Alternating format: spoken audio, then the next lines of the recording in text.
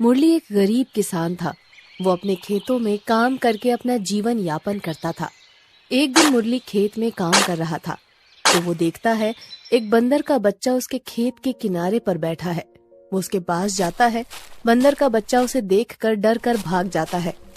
अरे तुम मुझसे डरो मत, मैं तुमको कोई नुकसान नहीं पहुंचाऊंगा।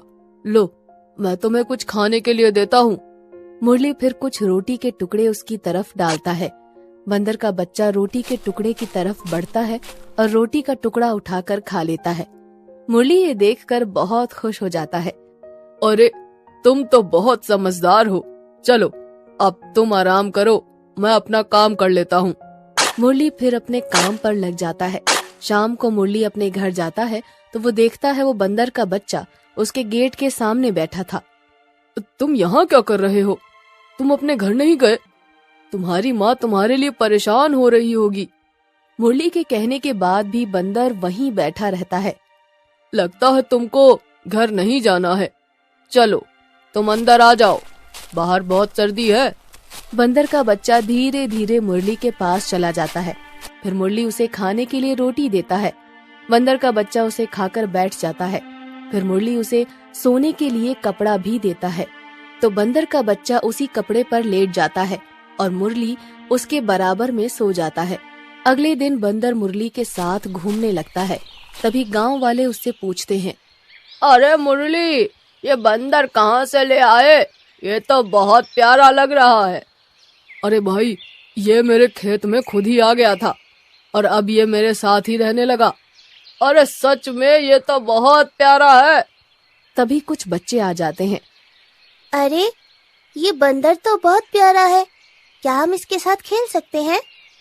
नहीं बच्चों, तुम्हें पता है ये तुमको काट भी सकता है, तुम इसके साथ मत खेलो, मैं इसे लेकर जा रहा हूँ। फिर मुरली बंदर के बच्चे को लेकर अपने खेत पर चला जाता है। बंदर का बच्चा धीरे धीरे बड़ा होने लगता है और मुरली अपना आधा खाना उसे खिलाने लग जाता है और आधा खुद खा लेता था। एक दिन मुरली कहता है, सेठ के पास इतना सारा पैसा है, मेरे पास कुछ नहीं है। मेरे पास पैसा होता तो मैं भी सेठ की तरह ऐश कर रहा होता। इतने में मुरली उठकर काम करने लगता है। कुछ समय बाद वहाँ बंदर का बच्चा हाथ में कुछ नोट पकड़े हुए आता है। फिर मुरली उसके पास जाता है। अरे कहाँ से लेकर आया है तू इतने सारे पैसे? बंदर उसे पैसे दे देता है। अब पहले मुझे ये तो बता, ये पैसे तू कहाँ से लेकर आया है? पर बंदर कुछ बोलता ही नहीं है। फिर मुरली पैसे लेकर गांव की तरफ जाता है। तभी वो देखता है गांव के सभी लोग इकट्ठे खड़े थे। अरे क्या हुआ, सब लोग यहाँ क्यों खड़े हो? किसी ने सेठ के घर से पैसे चुरा लिए हैं और सेठ उसे ढूंढ रहा है। लेकिन सेठ के घर में चोरी करने की हिम्मत कौन कर सकता है? तभी मुरली की जेब से एक 2000 का नोट नीचे गिर जाता है। अरे मुरली, ये नोट तुम्हारे पास कहाँ से आया? तुम तो बहुत गरीब हो, 2000 का नोट तुम्हारे पास कहाँ से आ गया? ये तो मेरा बंदर लेकर आया है, मुझे ये नहीं पता कि वो कहाँ से लेकर आया है पैसे। तभी वहाँ पर सेठ आ जाता है। पहले खुद ही बंदर से चोरी करवाता है और फिर हमें बोलता है कि तुझे पता नहीं। सेठ, मुझे सच में कुछ नहीं पता, मेरा बंदर ये पैसे कहाँ से लेकर आया।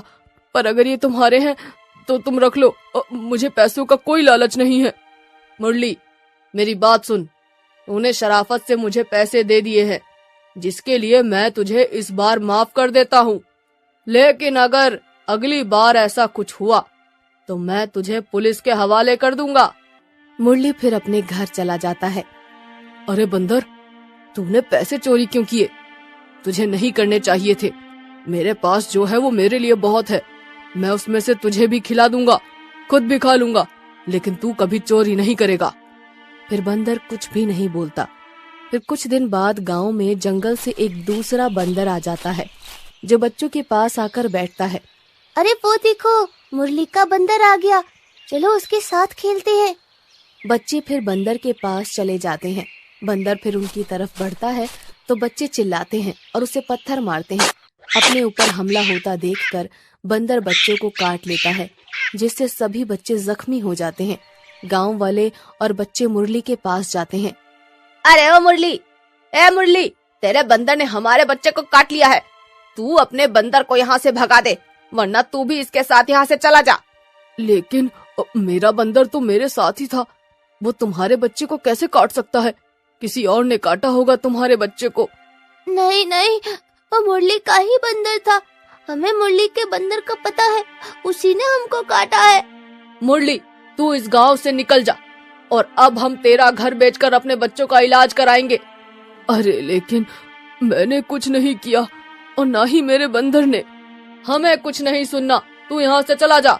फिर मुरली अपने बंदर को लेकर चला जाता है और जंगल में जाकर पेड़ के नीचे बैठ जाता है और अपने बंदर से कहता है, जब तूने उन बच्चों को काटा था, सच सच बता, वरना तुझे छोड़ दूंगा। बंदर कुछ नहीं कहता और चुपचाप मुरली के पास बैठ जाता है। तू कुछ नहीं बोलता तो ठीक है, तू आज से मुझसे दूर चला जा।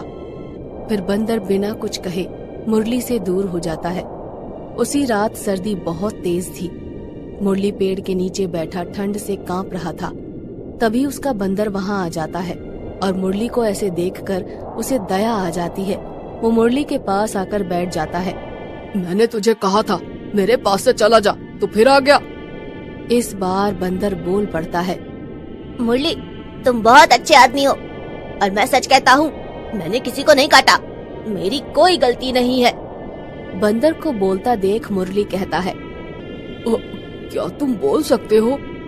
हाँ, मैं बोल सकता हूँ। मैं एक छोटी जादूगरनी का बेटा था। मैं बहुत शरारती था। मुझे मेरी माँ ने एक बंदर बनाकर पेड़ से बांध दिया और खुद जंगल में चली गई। लेकिन वो ना जाने कहाँ चली गई और फिर लौट कर नहीं आई। फिर क्या हुआ? मैं भूख से तड़प रहा था। फिर मैंने किसी तरह पेड़ से खुद को खोला और तुम मुझे दिखाई दिए तो तुम्हारे पास आ गया। तुमने मुझे रोटी खिलाई। तो तुम जादुई बंदर हो? हाँ, मेरे अंदर सब कुछ करने की शक्ति है, जो मैंने अपनी माँ से ही सीखी है। लेकिन मैं खुद को इंसान नहीं बना सकता। तुमने मेरे ऊपर बहुत एहसान किया है, इसीलिए मैं तुम्हारे रहने के लिए घर बनाता हूँ। तुम सच में मेरा घर बनाओगे? अरे वाह! मैं एक जादुई बंदर हूँ, तो मैं खुद का एक घर बना सकता हूँ जिसमें तुम्हारे रहने की सारी सुविधा होगी। तुम खुद का घर बना सकते हो?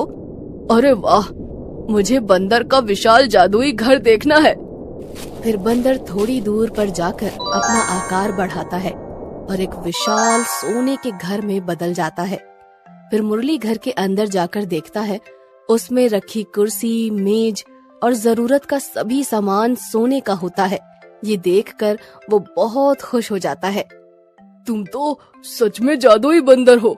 मैंने आज तक ऐसा विशाल सोने का बंदर घर नहीं देखा। फिर मुरली खुशी खुशी उस घर में रहने लग जाता है। उसका विशाल सोने का बंदर घर देखकर लोग अचंभित हो जाते हैं और दूर दूर से उसके घर को देखने आते हैं। सब उसे कहते हैं, तूने ये घर कैसे बनाया भाई? हमें भी बताओ, बंदर का विशाल सोने का घर कैसे बनता है? तब मुरली उन्हें सब कुछ बताता है। मैंने जादुई बंदर की मदद की तो उसने मुझे विशाल जादुई सोने का बंदर घर दिया, और मेरा वही जादुई बंदर मेरा ये विशाल जादुई सोने का घर बना कर गया। गांव वालों को लगा कि हमें जानवरों की सेवा करनी चाहिए, और उसी दिन से उस गांव के सभी लोग बंदरों की सेवा करने लगे, और जिससे लोगों में दया भाव आ गया।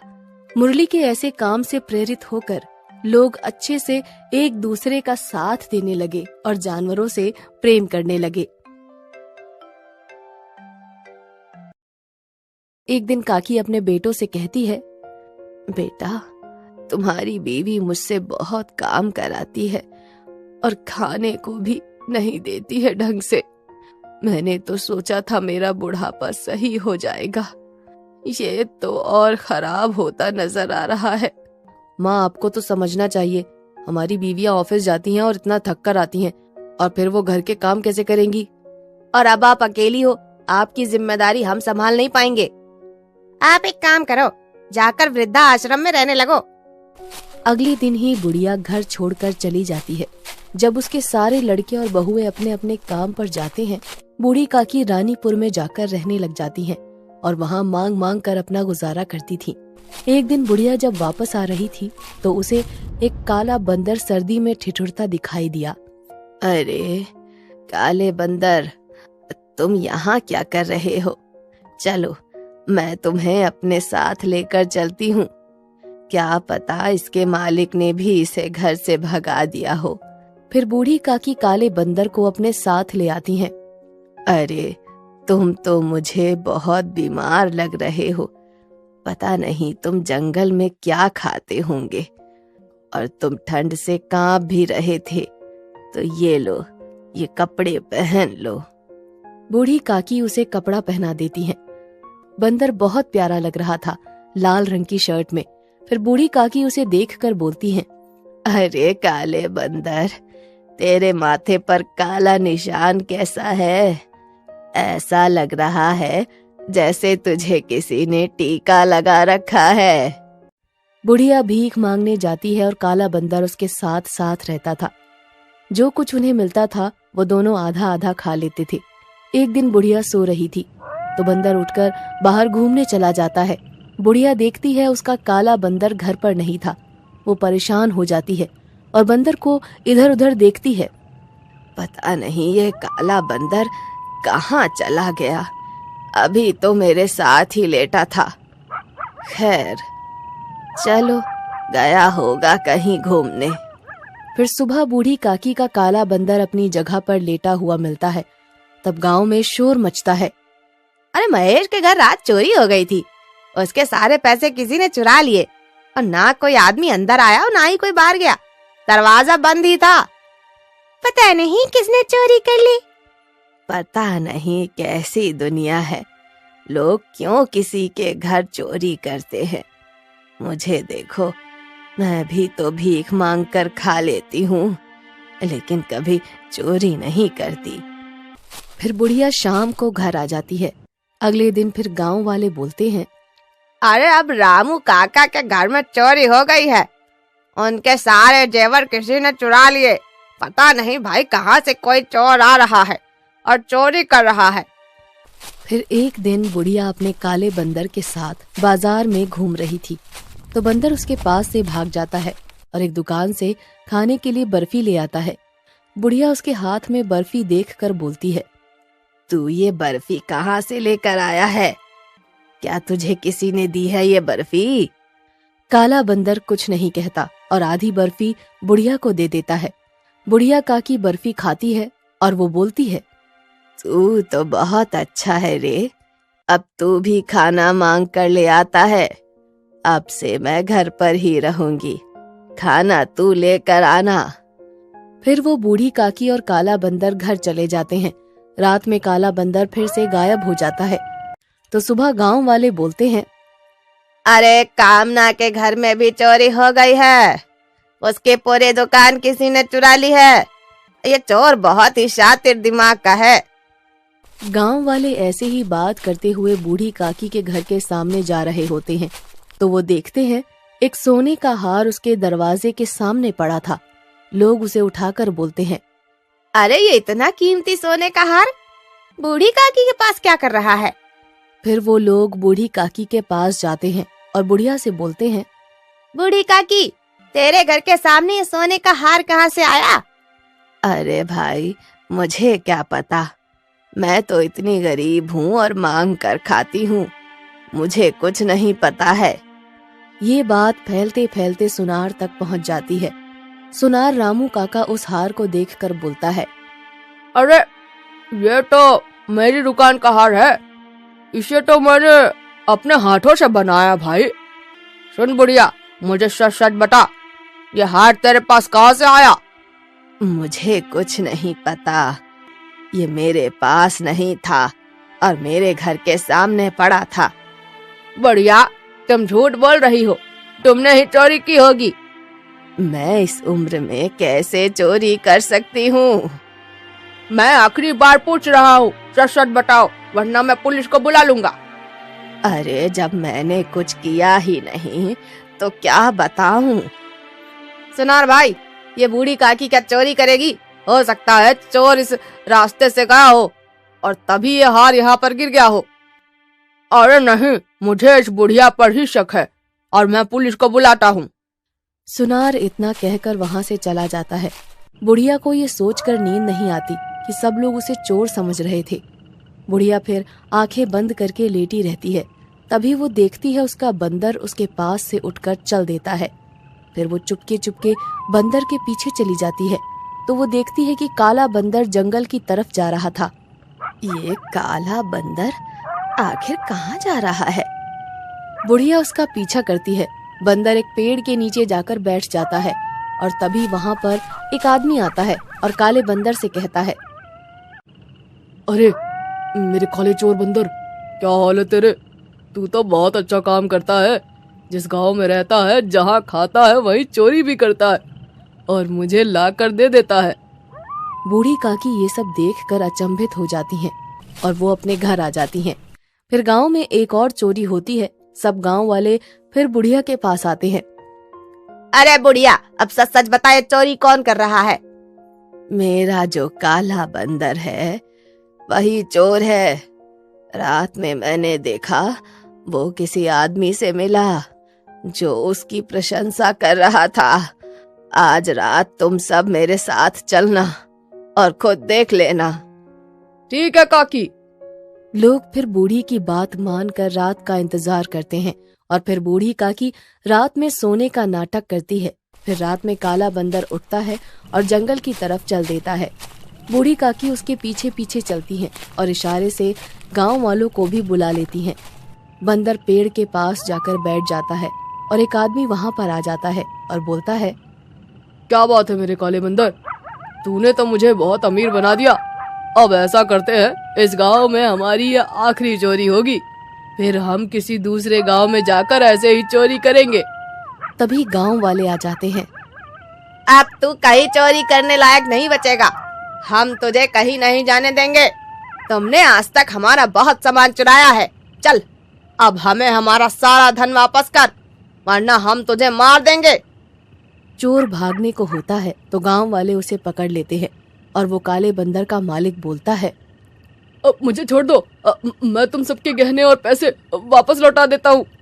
फिर वो उनको एक पत्थर वाली गुफा में ले जाता है जहाँ लूटा हुआ सारा खजाना रखा था और सब गांव वालों को उनका धन वापस कर देता है।